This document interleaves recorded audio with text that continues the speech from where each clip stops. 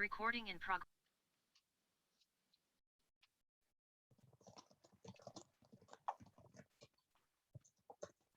Ready to start when you are, Jackie. Okay, right, let's get this show on the road. I declare the meeting open. Is there any apologies?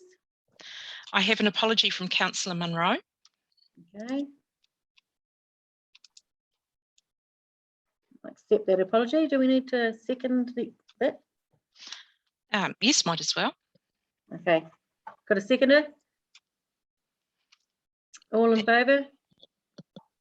Aye. Carried. Okay, public forum. Do we have anyone from the public forum that wants to speak? I'm not sure where Sport Twizel's fitting into the agenda. Would they like to go now, perhaps? They could go now, or maybe they'll speak when the feedback from Let's Talk on the pavilion comes up. Which do you want to do, guys?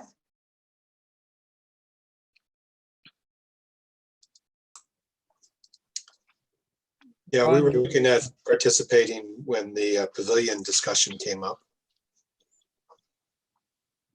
Okay. So I don't think the Let's Talk process is closed yet.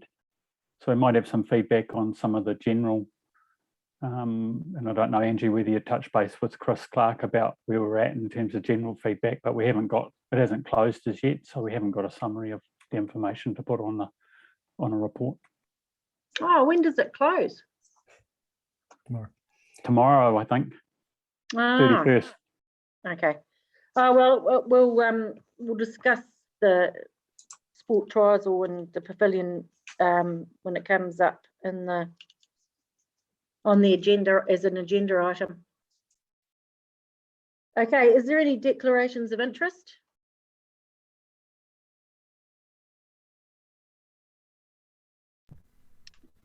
Only if we're discussing the Ben O'Hare Road thing, petition for speed, but if that's just being tabled, then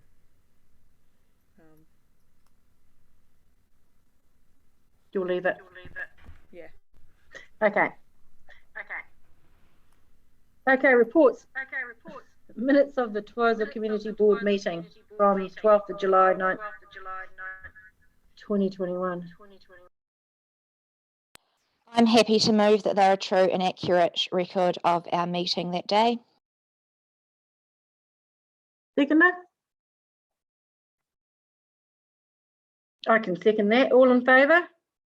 Aye. Aye. Right, carried.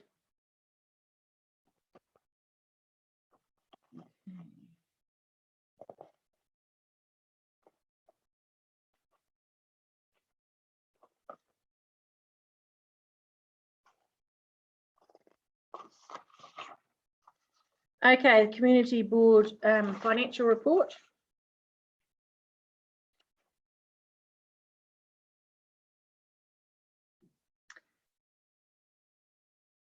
I'll move that report be received. Seconded. In favour? Okay, Aye. thank you. I've got a question. Where is the $5,000 from Whitestone on this report? Angie, we did receive that money, didn't we, from Whitestone? Yes, I'm not sure why it's not showing on that report, but I can follow that up with the accounts team. Yeah, I'd really much appreciate it. I'd like to see that showing on the next. We don't want it to get lost. No. I might just add there, good thinking, Jackie. No doubt about it. It was put in there for Twizel. You guys didn't spend it, so it should be still there. Yeah, there's a bit of a long story about that, but we don't have to go into that today. You know when it was received, when it was sent, because it might just be a timing difference, because this is only up to the end of June. It was well before June, Angela. Okay, we'll This follow time it up. last year. It might even be 2 years now that money was given. Okay. There is a long story attached to it, and we did have to do a little bit of talking to Whitestone about it, and I'm not sure whether we invoiced them or they just paid it, but we did actually only receive the money into our account 3 or 4 months ago, if memory serves me right. Yeah, and it could even be a timing thing if that's up to the end of June. Yeah, it could be too, but just as long as it's showing on the next one, that'd be great. Yeah, I'll double check. Cool. Has anyone else got anything to say about the financial report? No, everyone happy with that? Okay, cool. Right, Twizel Community Board General Update. Are you going to run us through that, Brian or Tim or Angie?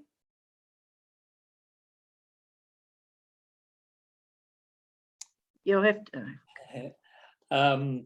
Well, Madam Chair, take the report as read. I don't think there's too much significant. You'll probably see there we've got ran into a slight hiccup with those shopping mall signs, in that one of them's on private property. The property was sold to private enterprise from council a number of years ago, and there was nothing put into there to that sign would stay the ownership of the council. So apparently talking to the representative of the owner, they don't wish it to be removed. So don't believe there's too much we can do there, but we'll proceed to, was in the process of probably getting the other one removed before COVID hit. So it's delayed that one a little bit more.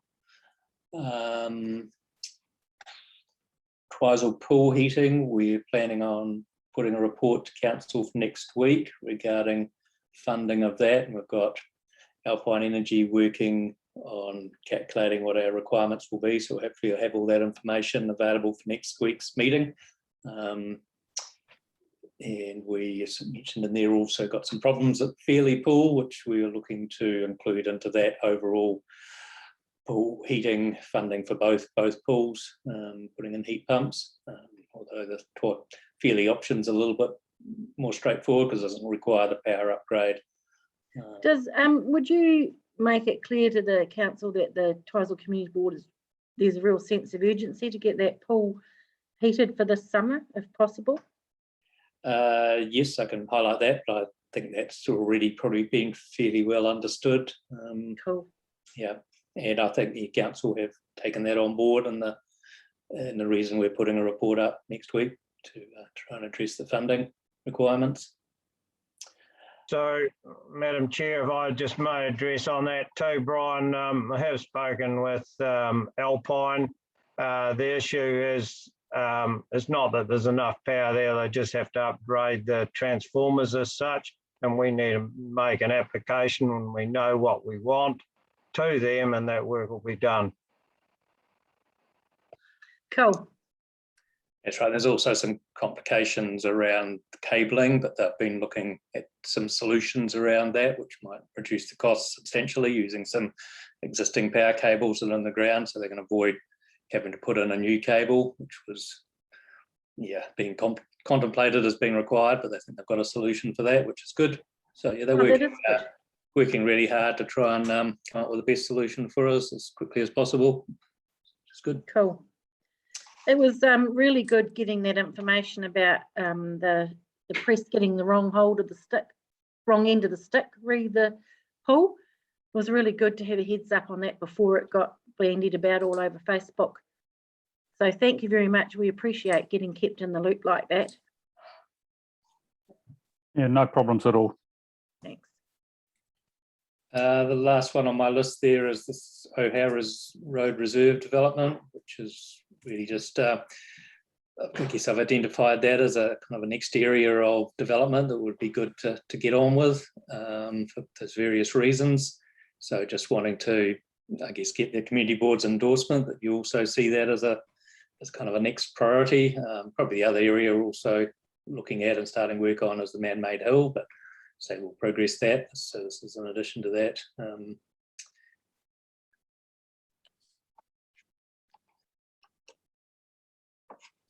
So that O'Hara Road Reserve development, whereabouts exactly is that? I did either I intend to put in a wee plan, so I'm not sure whether that got in there in the end. It possibly didn't. Oh yeah, no, it did. That's okay. On page 18, or? Yep. Okay. So it's really that wide road reserve. So in some ways it looks only like a wide road berm, but it actually is reserve. and then there's a sort of a finger that runs into the back of the existing houses as well. Is that on Omaha Crescent? I'm not sure, to be honest. Might be. The finger that runs in the back is between the back of Totra and Rata. Oh, which was cleared in Thingy Bob's day. Yeah, it was tidied up to sort of a mowable standard, but nothing Yep. further was done with it. Oh, so what's the plan for going in there? Well, that's really what we want to look at to come up with a plan. It's probably nothing much more than tree planting, and along the O'Hara Road, we will put the new shared footpath. We've got some bunding that's been created there in the curve, so we want to plant those out. There's potential maybe for a small playground in that wider section where it links through into that finger, is my thinking at the moment. So yeah, we'd just like to design that up and then do some consultation on that. So we'll bring that back to the community board to have a look at and then put it out for comment. Just work through that process with it. Okay, sounds pretty good.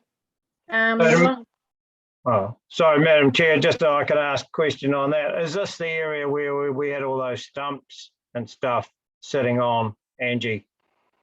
Yeah, that's the spot, and that Okay. finger in between Totra and Rata is where the stumps were. So there was quite a call at the time that be a sort of grass down, a bit of a play area as such. So yeah. Correct. Yeah, the Twizel shared footpath project. Over to Tim on that one, maybe. I don't know, other than it's pretty much complete as I understand it. Yeah, so Madam Chair, the project's all but complete. So just tidying up to be done. If it's not done already, if they're disestablished, I haven't got a 100% view whether they finished before they had to demobilise because of COVID. Okay, is it not the rest of it down Northwest Arch? My understanding, what's constructed is what's completed. I can get a map circulated of the bits that have been done and what might be the next stage if we progress down that track. But I thought this was just part one of it, and that included Northwest Arch, and then the next one was Tussock Bend, and then the drive. Is that not correct? so those stages, and that's dependent on funding coming available. So they're just stages of the work, saying this is how we'll roll it out. If you recall, when we brought the first plan to the community board, it had the highlighted areas that we were doing, and then the next stages as we rolled forward from there, as and when funding became available, and looking So are we through chasing some more funding for that? Well, we're looking at it through the strategy program. So Right. as priority projects, if they do come through priority projects in the parks and open spaces and other strategies that are under development that are in the top end of this report. Okay, cool.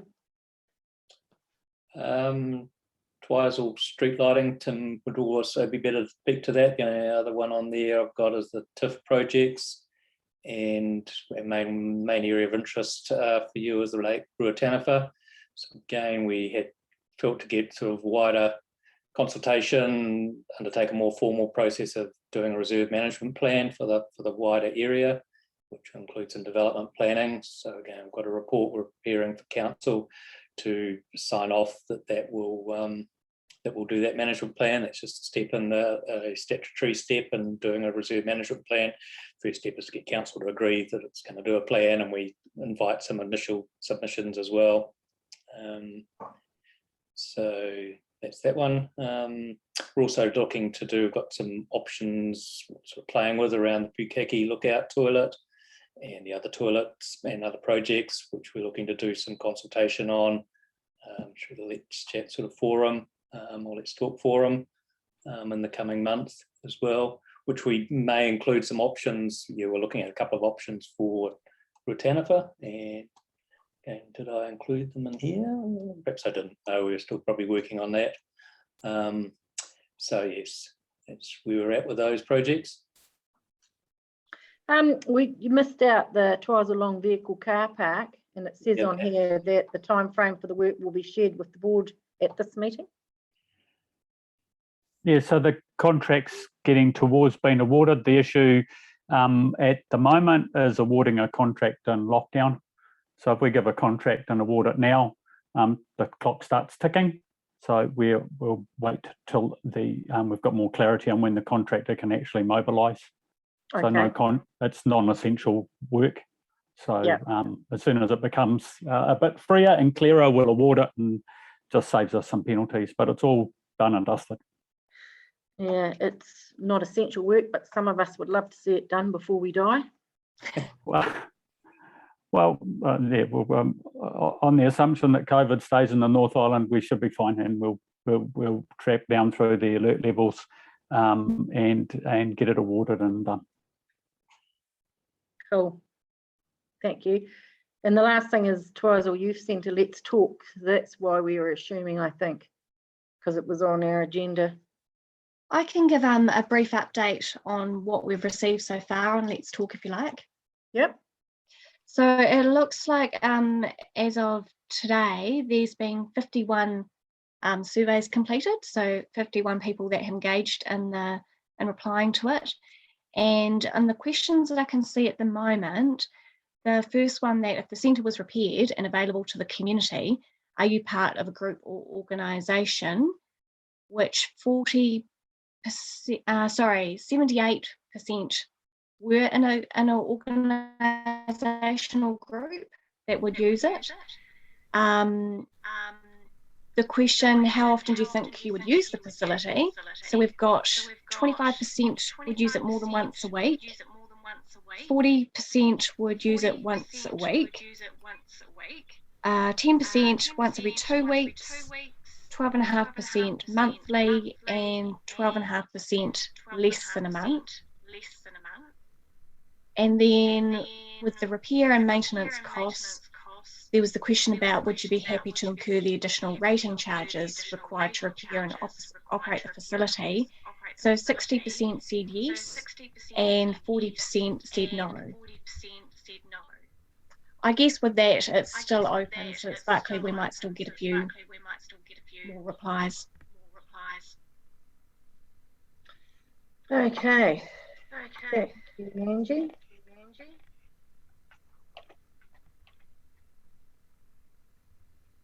Is Sport Twizel okay to hang on until our general business to talk? Yeah, cool. Thanks, Brian. Okay, that concludes your bit, Brian.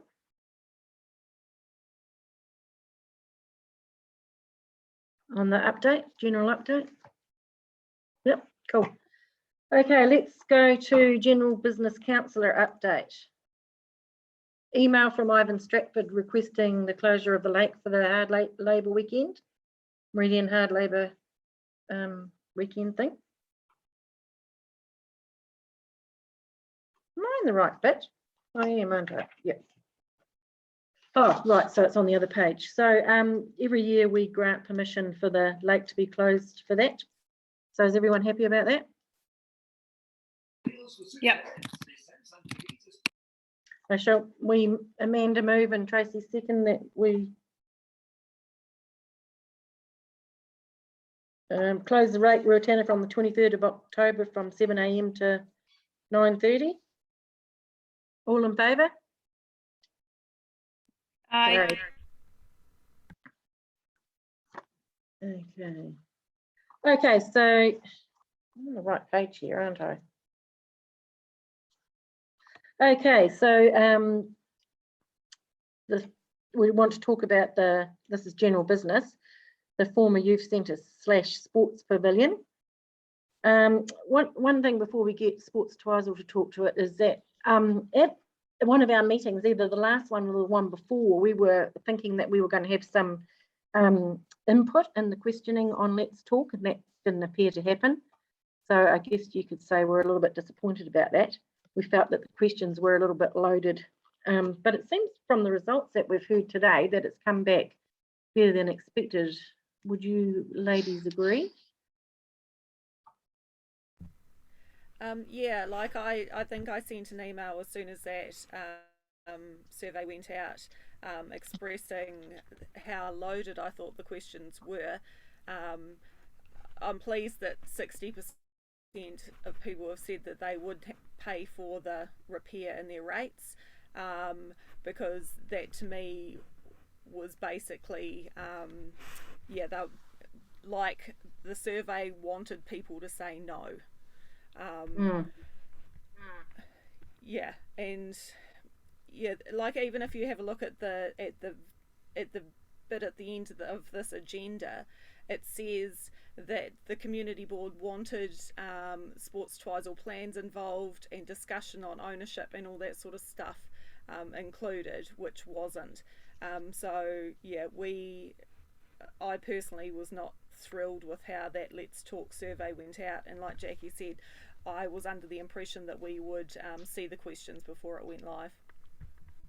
But just through you, Madam Chair, and for clarity, the board did see the questions, and we put a report up from memory. Angie will correct me if I'm wrong.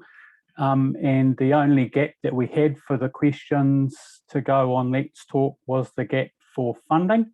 And we went and got on what the cost would be. We went and got the Breen's quotes and brought that to the last board meeting and inserted those Breen's quotes into the gaps that we had in the questions and supplied that to the Let's Talk platform to put up. That's my recollection of it.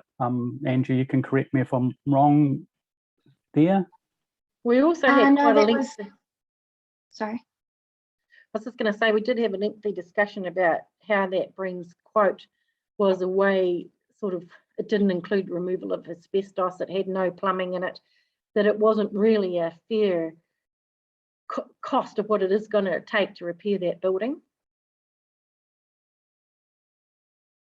So I just wanted to make a comment.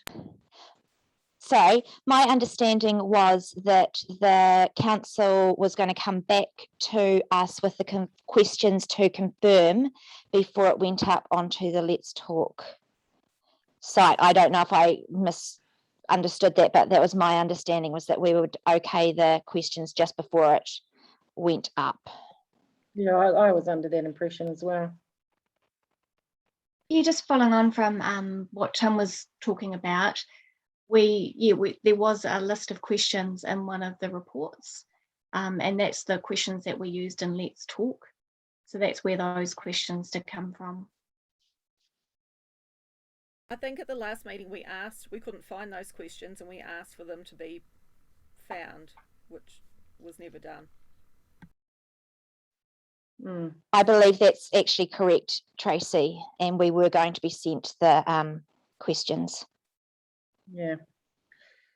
So anyway, let's just note that. And so we were thinking that with that, we all agree that the place has fallen into disrepair. And if we don't decide to repair it, that money that hasn't been spent should be put towards a new build.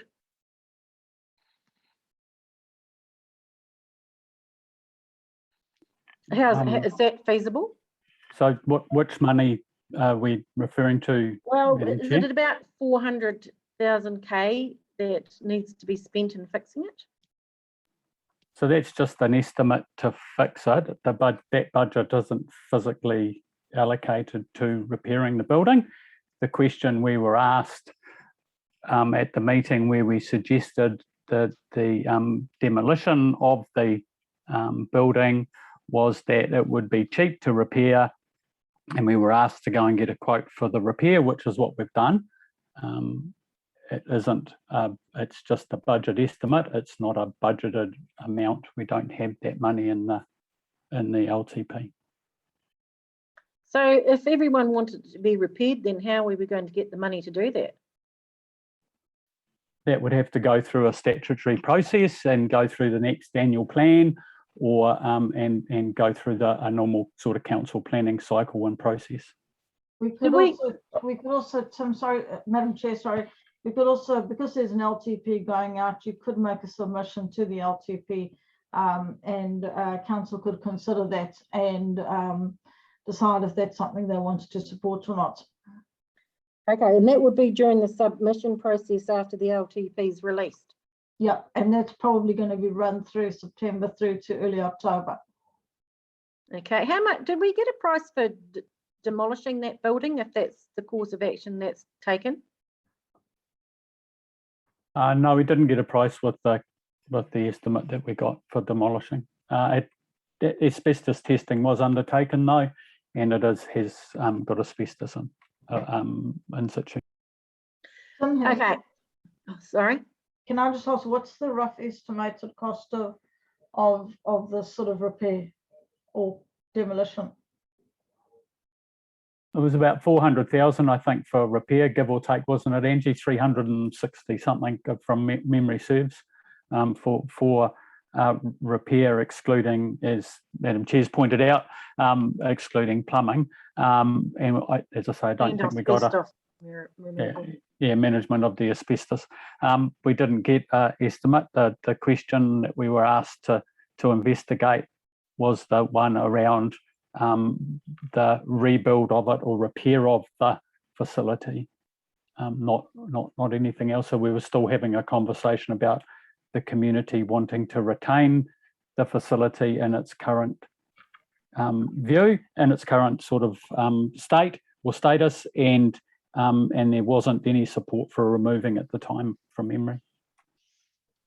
So if I might also add, thanks, Tim. I don't know why I seem to be getting a bit of an echo on my side, but we had a discussion, or just an informal discussion with council, and I think generally council comes from the point of view that we wouldn't want to put money into that building if it's not going to come up fit for purpose as such. We would rather see another building put there that was more able, rather than spend a lot of money on a building that is probably not going to be quite fit for purpose.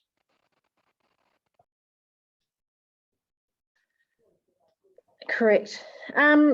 So a few meetings ago, we had a really good presentation from Sports Twizel with a vision that they had for that area, which I think we were all quite excited about at the time. They've been taking a lot of time thinking about a really good model for Twizel, and some of us had a meeting with Brian and Richard and Bevan the other day, and it was really good, and they've been very thoughtful in their considerations, and I think they've got something that they'd like to share with us now. Yeah, thank you. Can everyone hear me okay? I've got new earphones on. Cool. Yeah, look, thank you very much for the opportunity to thank Brian and Richard for coming along, and everyone else for giving us the opportunity to speak. Look, we are really keen to see some new facility in place for our youth and sports in general in Twizel. We see the current building is not fit for purpose, and I think the money to be spent on that to be brought up to standard could be better spent to be put into a new facility. And several meetings ago, I did present some plans and some ideas of what that could look like. I think, sort of to go back, we held a survey just to give some more clarity around the importance of facilities for the region. We held a survey which I presented to the community board back in 2017, and we've just gone back through that survey over the last couple of days and pulled out some sort of key ideas and themes that came through from that, and some of the questions we asked around what challenges people had within the community, and up to 60% of people responded they did, and a majority of those answers were around storage and facility and changing rooms, and the ability to be able to have something for our sports teams out in the field to be able to access. And only since then, our rugby has improved, our cricket has taken off, and lots of sports are going on out in that field that weren't happening in 2017 quite so much. And so that sort of gives some real clarity about what is needed. And I think a new building in that space is really, really important. when I presented last time, we were sort of looking at a two-storied building, storage facilities underneath and club rooms and everything on the top. We sort of had a sort of idea about how that might work and sort of looked at costings and that sort of thing as well. And that two-storied idea is pretty expensive by the time you put in lifts for disability access and things like that. We've also been in contact with some construction companies about the easiest way to do it, and some of their recommendations to look at portable buildings that can be put on, can be built off site and brought on onto site. They'll be cheaper to build off site, but having the access of the amenities, the sewage, the power and everything in that site is probably one of the key sites. But then also having portable buildings does allow for some possible movement in the future, because being right next to the school where the school's been built, how long that's going to take, so that if things moved and had to move, then we've got portable buildings that could be moving. So the idea would still be to have changing rooms, storage facilities, public meeting rooms, offices, all those things, but just in a facility that is a little bit more adaptable in the future and that sort of thing. And I think with us working alongside council and the community board, you know, we can spearhead and we can have access to funds, and we can you know, work alongside with both community board and council to get this thing off the ground, and accessing some fundings outside council. But you know, having some of that seeding fund from council there to give us a wee bit of a pot to start, whatever might be, will be a great way to start, and then we can start to look at ownership and how the whole process would work. But we're certainly keen, and we've got some support from Sport Canterbury in their process through the Spaces and Places plan that was conducted a few years ago. So look, we're really excited to be able to work with everyone to try and, you know, get something that is going to be a wonderful facility for the community. And I think that's the key thing we need to think about, is having a facility that is accessible and useful for the community. I know I was down there for the rugby. We had probably near on 150, 200 people down there for rugby during the winter, and there was no toilets facilities. We didn't have changing room for kids to get changed afterwards. We had to get into school at 8 o'clock in the morning, setting alarms off and all sorts of stuff, because that were the only toilets that we could get into. So it's time that we really work together to try and get something there. Brian or Richard, did you have anything to add to that?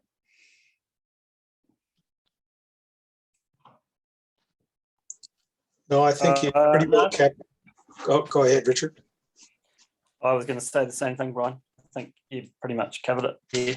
And it sort of became quite apparent at that rugby function.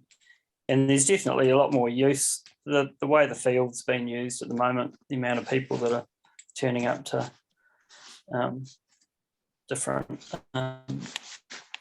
sports that are happening around Twizel, it's just, yeah, I think upgrading that building's really, it's to me, it's a waste of money. We should be looking at something new. Okay. Go, Brian.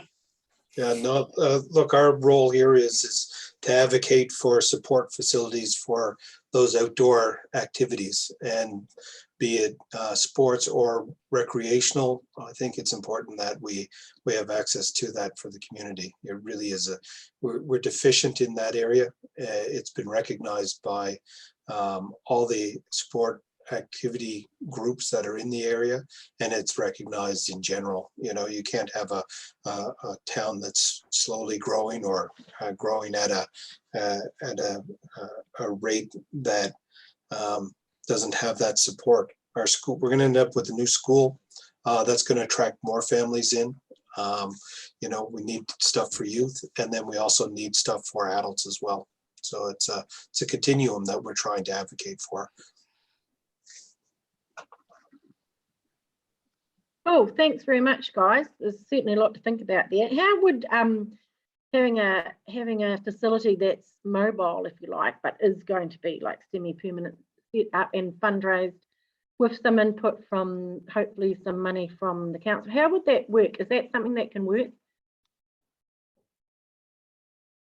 I guess it would depend on what it looks like. The building was, you know, what ideas were put forward. Yeah, that was sort of more a question from the council side of things. like ownership of facilities and how it works. Like I know when they fundraise for the event centre and then it's sort of handed over. It's just looking at the mechanics of this. There's various models that would depend whether it remains in council ownership or whether it's something we seed funded and we divested of what we currently own and put it in a trust to be managed and to be fundraised for. So I guess we'd have to work through what the models could look like, because there are a variety of models and there's a variety of ways you could fundraise. It would be good if it was a trust that you could fundraise for different opportunities and then it becomes community led. But we'd have to work through that and we'd have to get a sense of what it was going to cost, what the current structure, how the current buildings are owned, what the status of the land is. And Tim probably has a lot of that detail, which I don't have because I've only been acting for a couple of weeks. Yeah, look, at just echoing what Angela's saying. I mean, there's lots of different models and ways of doing this. And I think, this is the first step on the journey, which is to understand the community desire for the existing building and the uses of that building. That was what we were after. There was a strong sentiment at the meeting when we first raised this, that the building be retained. We committed to doing public consultation and engagement, which we're doing, to understand the feeling behind that, and then we can continue to work through that process once we know what the outcome of that is, and just keep plotting our way forward as we go. And there's lots of different ways to co-invest or to do different models to operate a facility on that site, if that's the so there's an opportunity that we can all work together, and so that's really good. So what about Sport Twizel? How did you envision it was going to be running after the money's raised and it's built, if that's what we all choose to do? Look, I don't think we'd probably really got through to really looking at the details like that. We were keen to get something, and look, we just want to be able to work with people to make it work. Whether it's retained by council and owned by them, I think we just, the key thing is to try and get the process started and work those things through. I don't think, Brian, did you have any vision there? No, we've been basically let's try and get the first hurdle through, which is start getting something moving. And whether it's council owned, whether it's managed by the community, whether by Sport Twizel or an offshoot, I'm sure there's plenty of flexible options. One of the things I'm only new to this. I've only been acting for two or 3 weeks, but I've heard about a need for a community library, and that's currently in the Twizel school. I've heard about the need for a youth centre, sports facilities. I think there's a real case to actually sit down and say, what does the community need, and what does the community need for what facilities, to really get a really detailed sense of what are the needs, and then to sort of scope that out. And then to sort of say, well, now that we've got a sense of what the needs are, and you've got a bit of a sense of the scope of that, what are the different models we could entertain, and what would the likely cost of this be? And then we could look at what the funding opportunities are. And I think that's a really productive way to go. If you were to make that community led, with council providing some kind of seed funding, that then gives the community the option to then go and look at some alternative funding for what you actually need. But I think we've really got to start at the beginning, which is what does the community need for what facilities, really get a sense of who's involved and what are the groups that are involved, and then how do we take that forward? Well, I think that we've already done a lot of that with the sports pavilion. Sports Twizel's done a lot of this work. The community library is a totally different kettle of fish, because that's a part of the school. And it's only now come about because the school's rebuilding that. I think that's a totally separate issue. And I think that, I don't know what everyone else thinks. So I just think we need to focus on getting this in conjunction with Sport Twizel, who I feel like are going to lead this project with our help, start the ball rolling with the pavilion. What about the loss of the Heartlands and some of the other facilities that you've got allied with the community library. And I'm just asking the question, and excuse me if I'm asking the question, I might be ignorant because I'm new to the process, but is there a need for a more combined facility, or are they separate? Well, Heartlands doesn't operate in the library. It operates in a building that school owns on near there. Yeah, but Or am I misunderstanding? no, yeah, can I say something there, Jackie? Yep. So in that situation, quite right. So when the new school build goes ahead, speaking with my Board of Trustees hat on here, those buildings will be lost because they are on school property and are school-owned buildings. So therefore, when the whole school is being rebuilt, they will all be lost.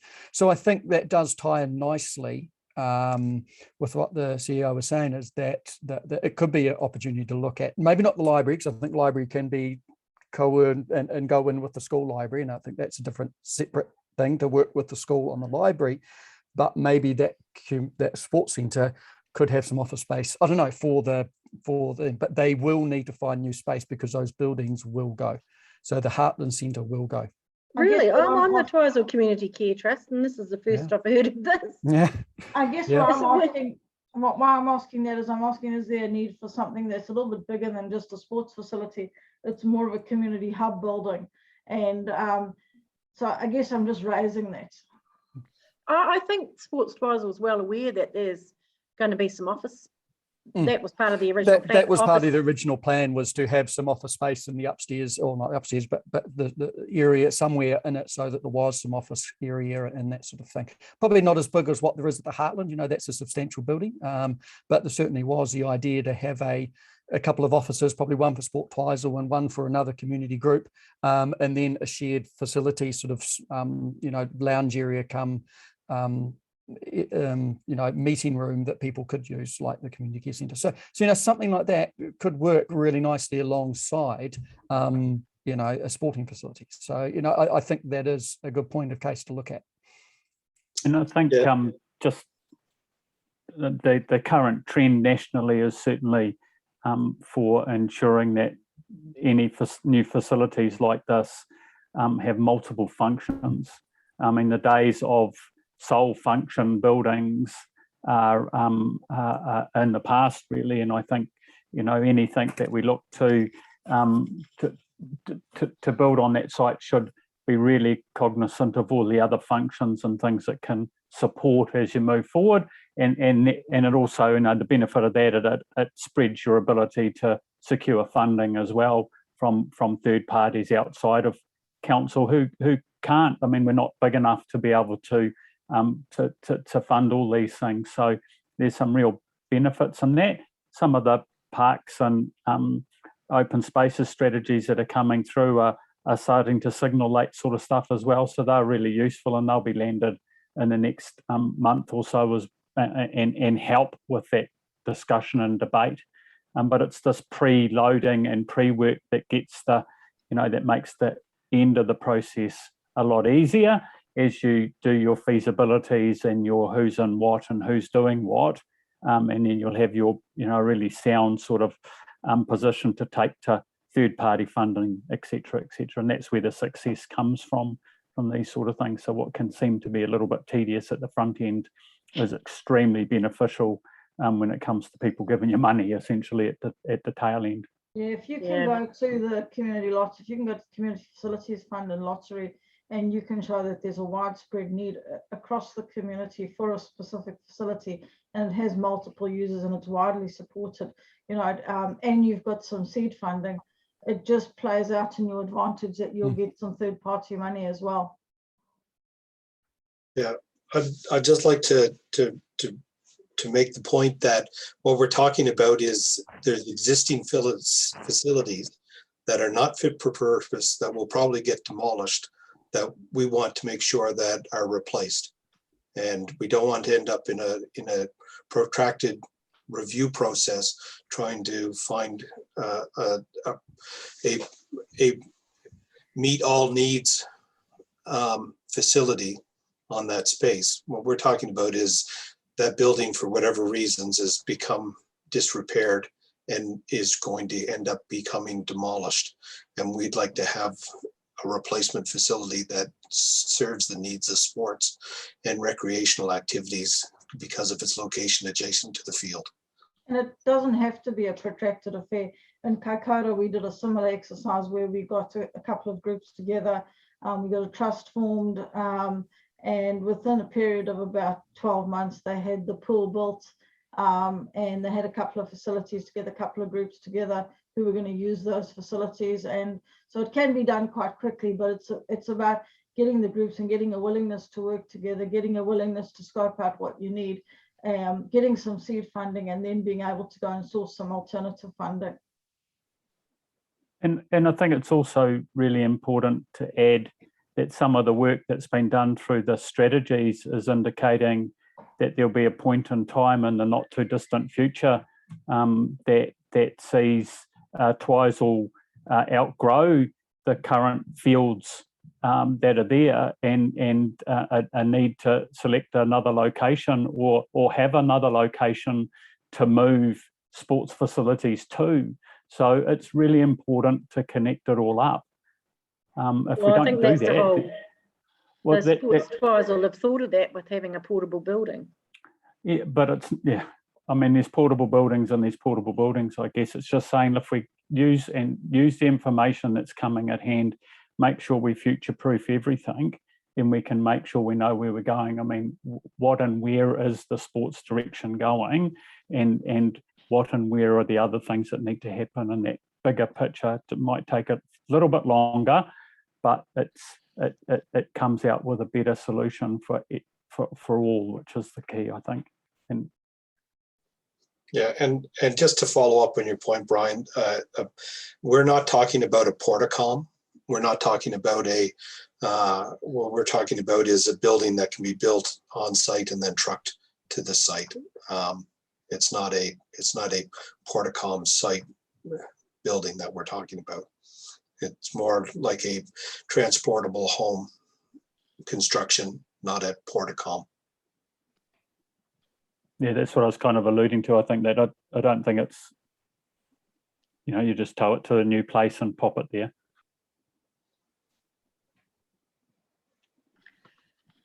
I think we've had a really good discussion here, and I think we know where to go to from here.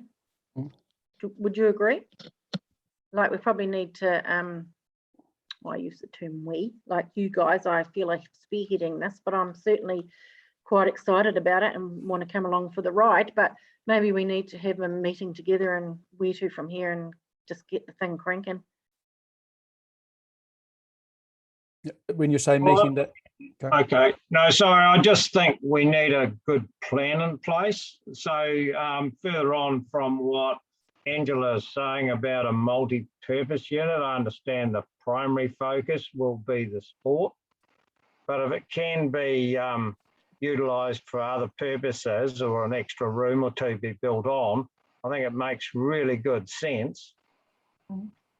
And so if we could get some sort of discussion or interest around that, but understanding all along that the primary purpose is a sport pavilion.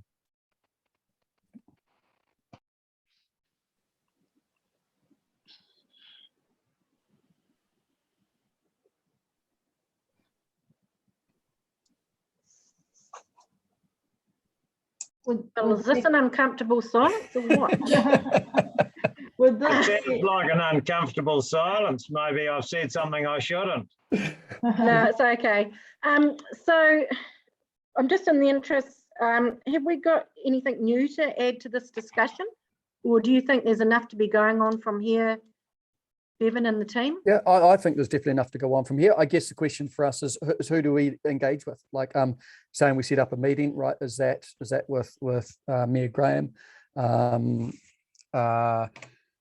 and the CEO? Is it Tim? Who are the key people that we need to engage with to be able to get this going?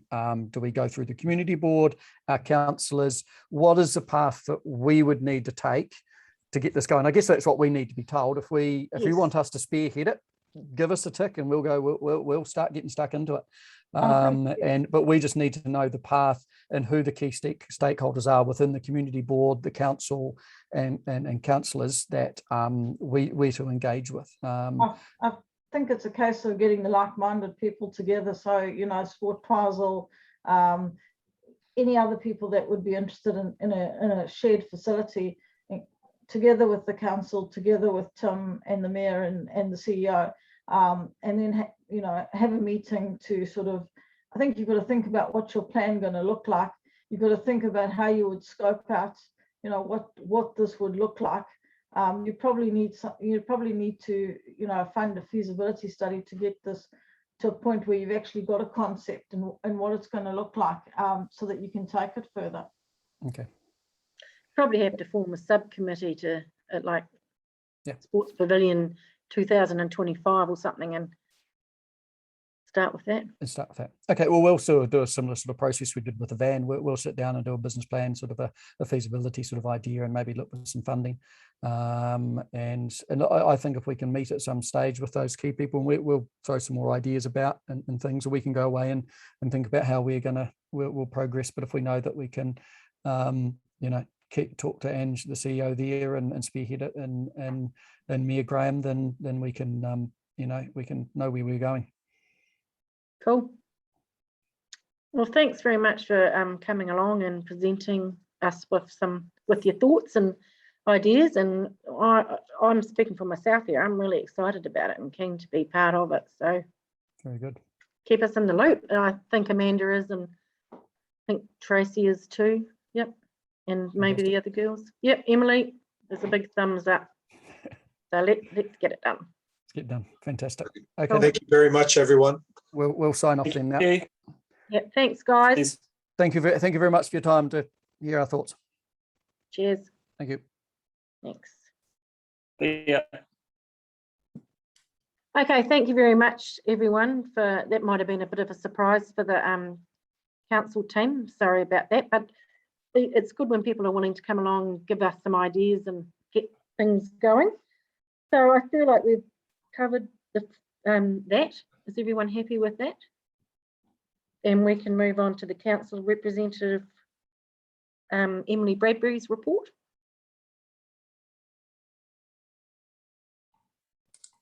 Can you hear me? I've had some sound trouble. You can hear me? Cool.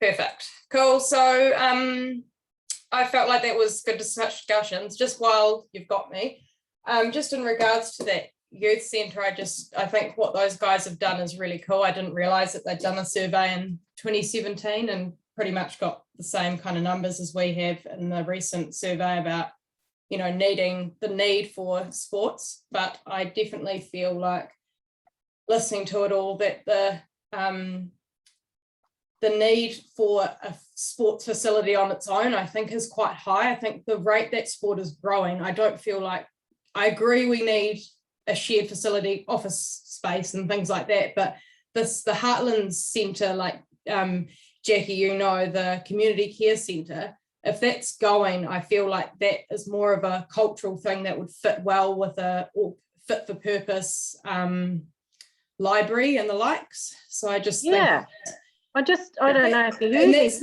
a vision that I've shared with the council, and I feel sorry, Angela, you weren't here when I had this discussion a while ago when we talked about the school being replaced, and an opportunity here for a really special community facility that has office rooms, that has Wi-Fi, and for, you know, there's a safe place for kids to go in the class and get their books. So there's a library and meeting rooms, and also, you know, the Heartlands could be a part of that. So there's so many different buildings on the school site, and there is a really good opportunity there. Obviously, we're talking big money, it will need to, but this is the whole reason why we wanted this memorandum of understanding with the school, so that we can have these conversations and tie it in. And we obviously need to bring in Heartlands and have these conversations. So I think it's just important that we note it now while I'm here, because I feel really passionately about this. I think that this is a really cool opportunity for our community. So yeah, I just think it's, just want to put that there, Jackie. I know it would have been good for them to hear this, but I just kind of want to share it with you now while I've got you. So anyway, update, council. So it's been a pretty busy month. There's some chunky pieces of work being undertaken, such as the long-term plan. Correct me if I'm wrong, Angela, but we're anticipating on adopting this about mid-October, but we've got some community consultation to take place to make sure that we get it right before we adopt. We're not clear how that consultation process will look like until these rollout the alert levels are clearer. But online obviously will be a given. What I mean by not clear on the consultation process, probably more so drop-in sessions. I'm not sure how we'll be able to work around that, but Angela, I'm sure, has been thinking about this. But obviously the online will be pretty heavy, just to make sure there's a substantial amount of opportunity for our community to have their say. The Three Waters reform is a massive piece of work. Our council team have got an excellent handle on the situation, ensuring that our concerns from us as elected members and our communities as a whole. There's a lot of conversations coming in from our rural folk, people in town and urban areas. And so we're really just passing on their thoughts and concerns to the right channels so that it can all be considered, I suppose. This is probably going to be one of the biggest decisions we as councillors make during this term. So we just need to make sure it's the right one for everyone. So it's only two things, but they are really chunky pieces. And I suppose that's all I really want to talk about, because I think it's important for you guys to understand those two things, because you'll probably be approached by people in the community. And if you've got any questions around it, any of them, please don't hesitate to contact me, because and I'll try and help. But yeah, I feel like we're pretty confident we're tracking along the best we can. And yeah, that's all I've got today. Yep. So just to add to what Emily said, the long-term plan, we're probably looking to adopt the draft fairly soon. And it will run for a month's consultation. So hopefully we're out of lockdown, and we will do some drop-in sessions where we actually, and some information sharing about what's in the long-term plan and what it means for people in terms of their rights. Just to say that as a council, I know the councillors have worked extremely hard to actually make sure that we've put what we need to put in the plan, and that we've tried to do as much as we could to make sure we've got a good financial strategy. And that, you know, we know that the rates are going to be higher than what we thought they were going to be, but it is funding the council in a sustainable way. And we've tried to relook at the rating model so that we have a really high percentage of the people falling into a very narrow band, which is not excessively unaffordable. So we've got, you know, a large proportion, the majority of the ratepayer population falling into the category between $0 to $500 as an increase. And so that translates into about $10 a week. So it's we've tried to do as much as we could to try and make it as affordable as possible. And then also on the Three Waters reform, once again, we will be coming out and doing some drop-in sessions. Hopefully we're out of lockdown. If not, it will be online, but we do need to share the information with the community to tell them what we know, and to hear their concerns. At this stage, we're not being asked to make any opt-in or opt-out decisions, but we do need to get the questions so that we can feed them back to central government and we can share what those concerns are. So you would have seen Graham making Graham's made a few statements and on social media and also in the newspapers. But at the moment we're working our way. Well, council's definitely working their way through the information, and there's a lot of information, and it's really, really complex to get through. So just to add a bit about what Emily's spoken about. Can I just make a comment about a rate increase? I think saying $10 a week is a really good way of presenting it to people, rather than saying, oh, it's a 8% increase and everyone's thinking, oh my God. Everyone can relate to a dollar figure per, well, that's what I'm thinking. I like to hear it that way. And you think, oh, well, I'm willing to pay an extra $10 for this or that or the next thing.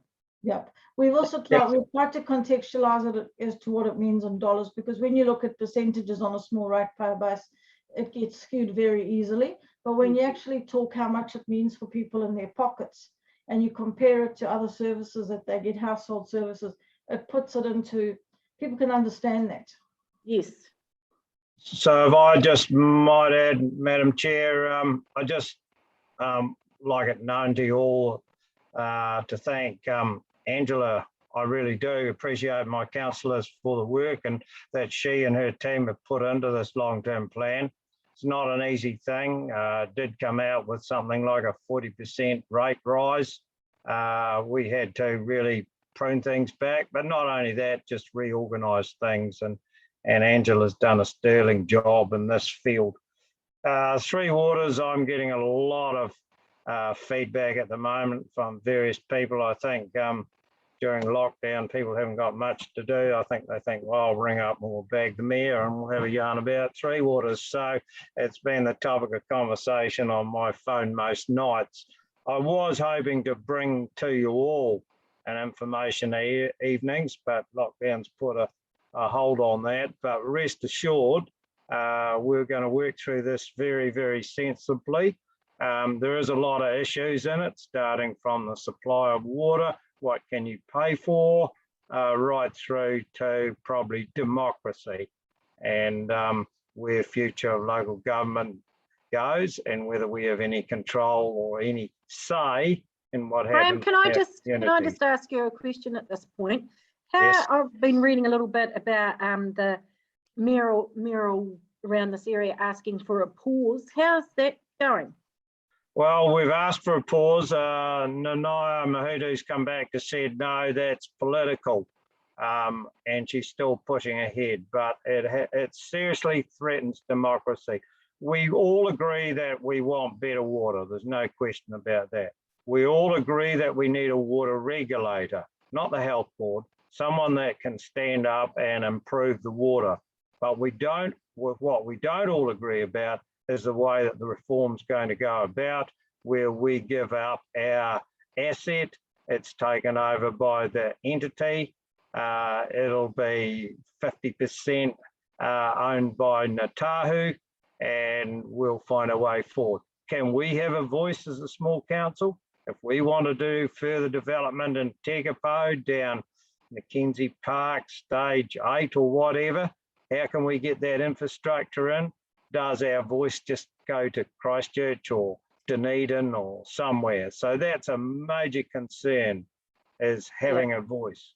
So that's the questions that you've been asking. And along with others, we've got stranded assets. We as a council haven't got a lot of debt. In fact, we've got no debt other than some internal debt on infrastructure. A lot of councils up and down the country are maxed, well, not a lot, some are maxed out on debt. One of the government's come along and said, well, it'll buy the debt and take your infrastructure. Now, while this suits some councils, and I've sort of been reading, there's about a third of the councils in the country that would quite like this to happen. It doesn't suit us. We get technically at the moment paid $6 million for our $60-odd million worth of assets, and they take over. They're still saying it's invested within the community, but how do we have a say over that? And we're not fully funded. Like, we've put a lot of community assets, rural water schemes, where communities have built their water schemes, done it all themselves. Suddenly it disappears off to the government. It's like an asset grab in some ways. So from the democracy side of things, I'm not happy about where the conversations are going. I do get from a size of, say, cross-subsidisation, Christchurch, and it's all its people and ratepayers can possibly subsidise the smaller areas, but that in itself has its problems. And Christchurch at the moment is not wanting to be part of this entity. And so it's a bit of wait and see. But if the government does mandate, then there's a serious issue around democracy. thanks.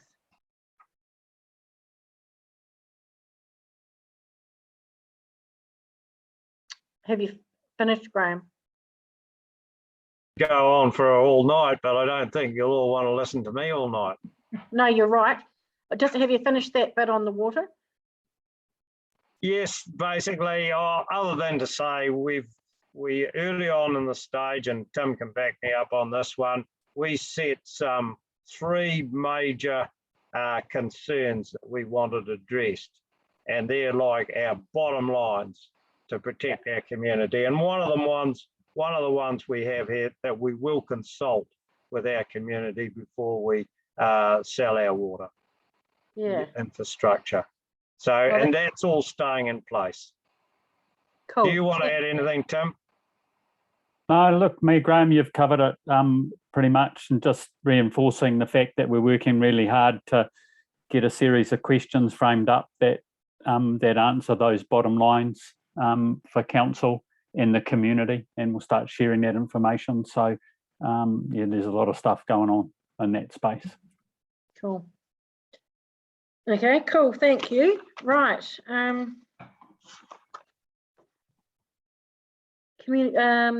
Action list. So go through that action list. Brian or Angie or Tim, who's leading that?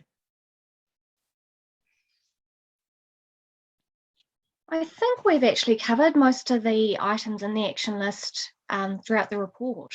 I think you're right. Any other questions on those? Or yeah, so we've covered the long vehicle car park. The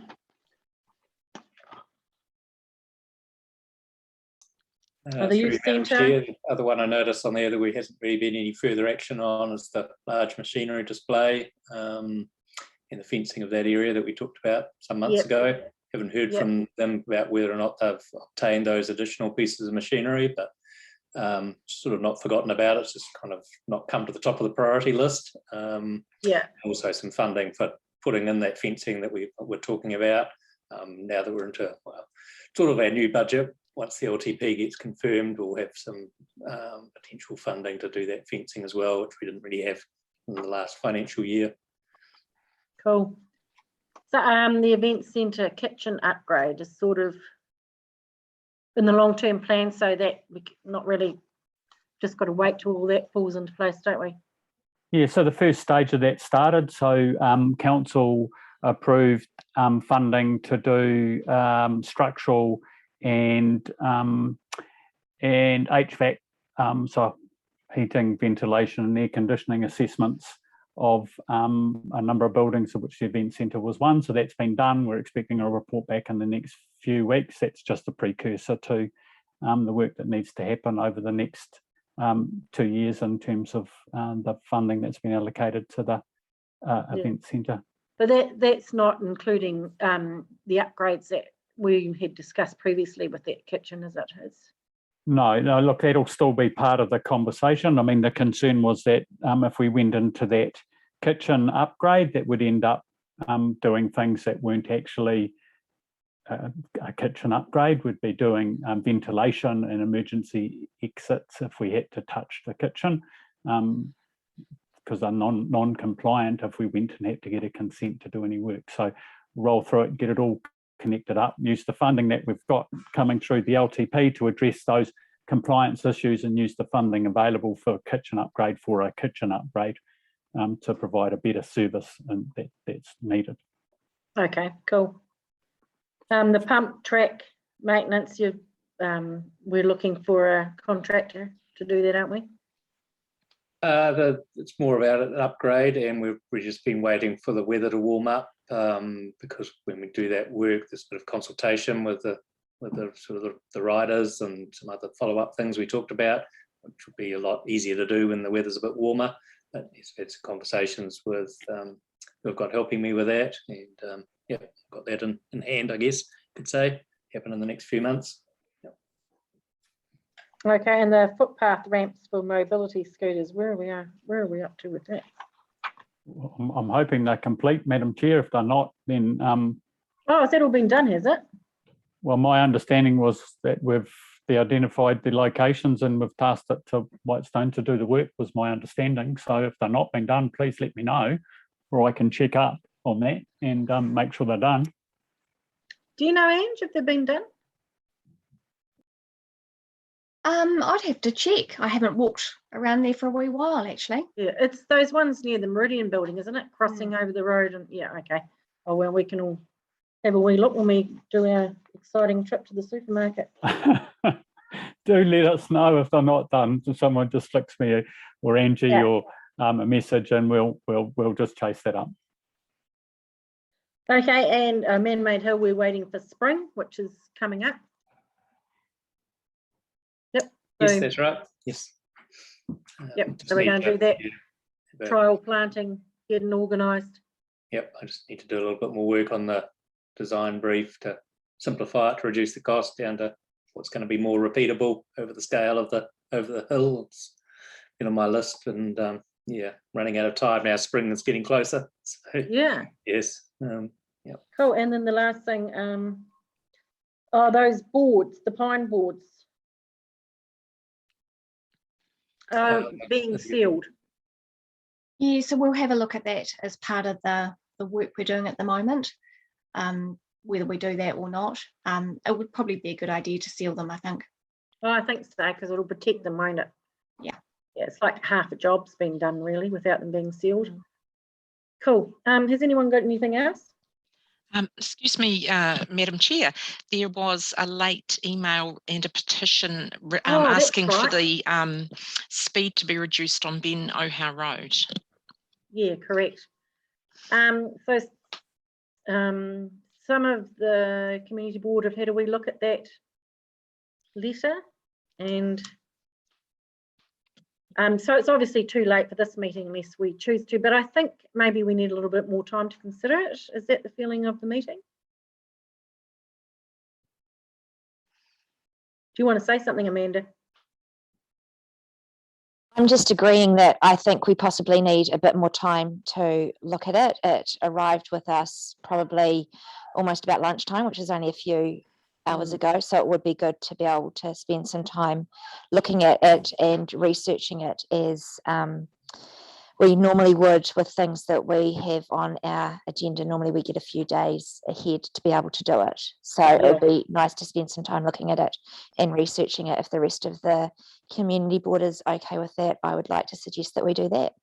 I'd just like to say that before we spend any time researching it, can we just get some guidance from the council on whether it's even an option? Because I know that when Glen Lyon Road asked to reduce the speed limit there, we were said it wasn't a council decision. We were told it wasn't a council decision, that it would be a roading decision based on population density. So if that's going to apply to Ben O'Hare Road, then we don't need to spend any time on it.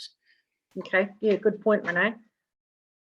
Look, and much like the rest of you, I guess the petition dropped into the email about a couple of hours ago. I can only speak in how these things work. Yes, there you go. Lots of Zoom meetings today. Sorry. Look, the review of speed limits is guided by statute. So there's a process that has to be gone through to set a speed limit or reduce a speed limit or increase the speed limit. And it is a function of number of properties on the road, number of access ways, speed environment, etc., etc. Traditionally, that's done annually by council, or in some cases, it's done by the Transport Agency for council. I'll track down what the process is here. It is pretty prescriptive. It is following a recipe, so you don't have random speeds throughout the country. So when you're driving around, you don't get tripped up by saying, you know, I'm in a different place and all of a sudden it's 30, it's 40, it's 60, it's 50, it's 20. So it is quite a structured sort of approach. I'll find out some more, find out how council approaches it. I don't think I've done one since I've been here. So, and get back to you with how that works. Okay, well, if everyone's happy, I think we'll leave it there and look in, if Tim can look into Renee's point about if it makes any difference whether we consider it or not long term. It always seems like a good idea to lower the speed, but sometimes people drive like idiots. It doesn't matter what the sign says. So is everyone happy if we leave that till the next meeting, if indeed we do need to look at it? Arlene, if you could just acknowledge to the petition person that we've received it and we'll take it into consideration, but we're not making a decision on anything today. Yes, I'll respond. Cool. Thank you very much for bringing that to my attention after we all talked about it and then I just went out of my head. Is there anything else, people? Okay, so this is going to be on YouTube. I'm not sure how I'm going to deal with the stardom of that, but I'm sure we'll all stick together, and if we get contracts or anything, if we could share that information, that'd be great. Cool. Thank you everyone for coming along today. Thanks to Arlene for organising this. Nice to meet you, Angela. Hope we see you in Twizel sometime when we can. Okay, thank you, people. Thank you, everyone.